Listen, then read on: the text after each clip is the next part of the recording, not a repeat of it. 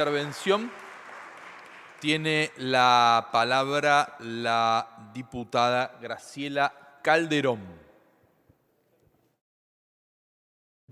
Bueno, No, ¿por qué? estaba distraída. Bueno, gracias, señor presidente.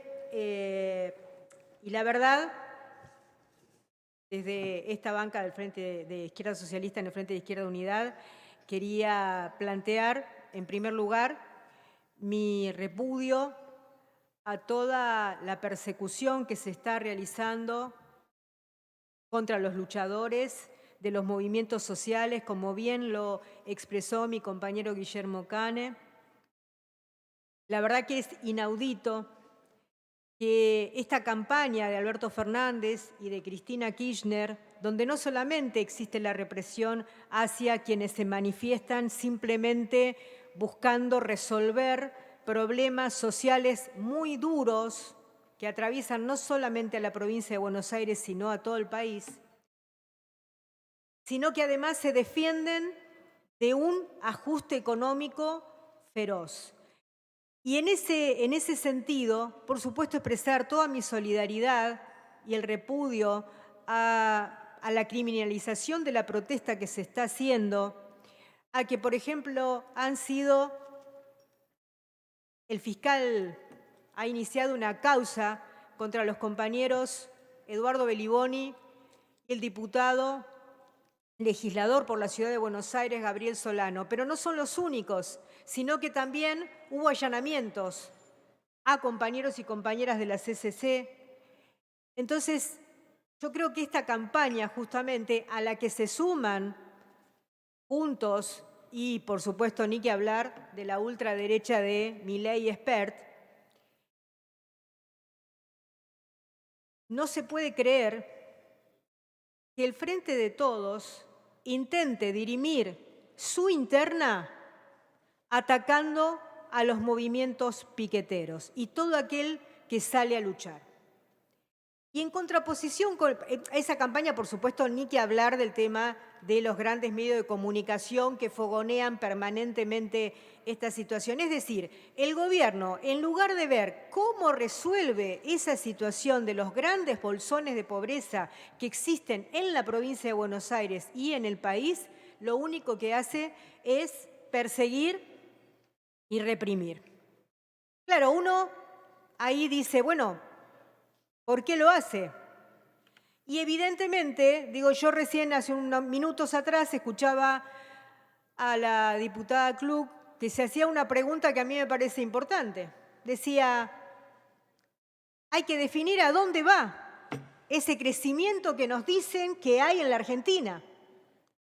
Pero yo le diría a la diputada que la respuesta la tiene en su propio gobierno.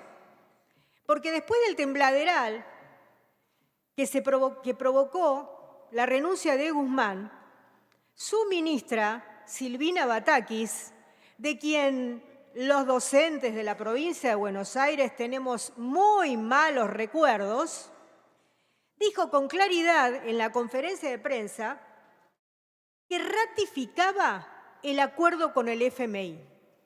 Entonces ahí está la respuesta a la pregunta de la diputada.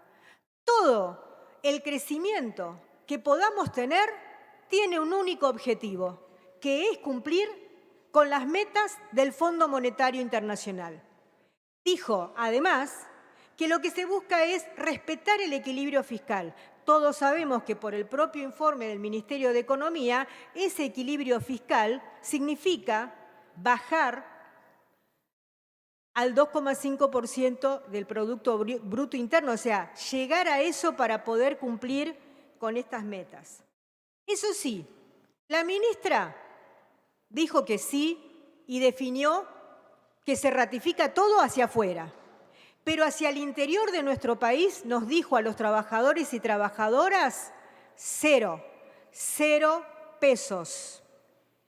Y como viene pasando en sucesivos gobiernos representantes de la patronal, se sigue beneficiando porque ustedes todos sabrán que en el Congreso Nacional se sigue votando leyes que favorecen a los mismos grupos y sectores concentrados, como Toyota, como la Ford, a quienes se les exime de impuestos. Y sin embargo, a nosotros, a los trabajadores y trabajadoras, la ministra de Economía dice: yo voy a seguir con el plan de tarifas que se ha mencionado, porque no es una cuestión de formulario, por supuesto, todos sabemos que no es eso. Tengo 10 minutos, así que...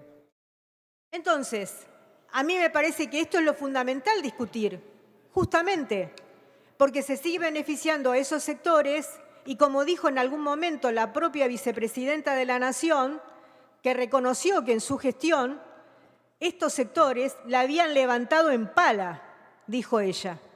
Entonces, ¿cómo es? Si acá los que estamos necesitando una respuesta en trabajo, en salud, en educación, somos el conjunto del pueblo argentino. Pero no solamente salen a movilizarse las organizaciones piqueteras y organizaciones de desocupados, también lo hacen, por ejemplo, los docentes autoconvocados de La Rioja, que hoy todavía el gobernador Quintela no ha definido darles el aumento que se merecían. ¿Saben cuánto gana un docente en la provincia de La Rioja? 40.000 pesos, cuando la canasta básica está en 96.000 pesos. Salieron a luchar, no hubo respuesta para ellos. Lo mismo para los trabajadores del SUDNA, y así podría nombrar muchos más. Por eso a mí me parece muy importante, justamente en función de esto y de que hace muy pocos días celebramos el 9 de julio, donde se hablaba de la independencia conquistada en 1816, independencia que lamentablemente fuimos perdiendo por acción de los sucesivos gobiernos patronales, es que hoy es más que nunca necesario, justamente, se impone un plan económico alternativo, obrero y popular, que comience justamente por romper el pacto con el FMI, con, por ejemplo, destinar esa plata para la construcción de 500.000 viviendas que darían trabajo a más de 2 millones de personas. Y ni que hablar también del tema de los alimentos, que ya todos los días, cada vez que uno va al supermercado, van aumentando, no hay precio, no hay un precio de referencia y sin embargo todavía el gobierno ni siquiera hizo entrar en vigencia, mejor dicho, no tomó la ley vigente, que es la ley de abastecimiento, en donde justamente ahí está planteado que aquellas empresas alimenticias que no respeten los precios máximos o acaparen alimentos tienen que ser sancionadas y hasta se habla de la expropiación. No estoy hablando de una ley que hayamos hecho la izquierda. Estoy hablando de la letra de la ley que existe.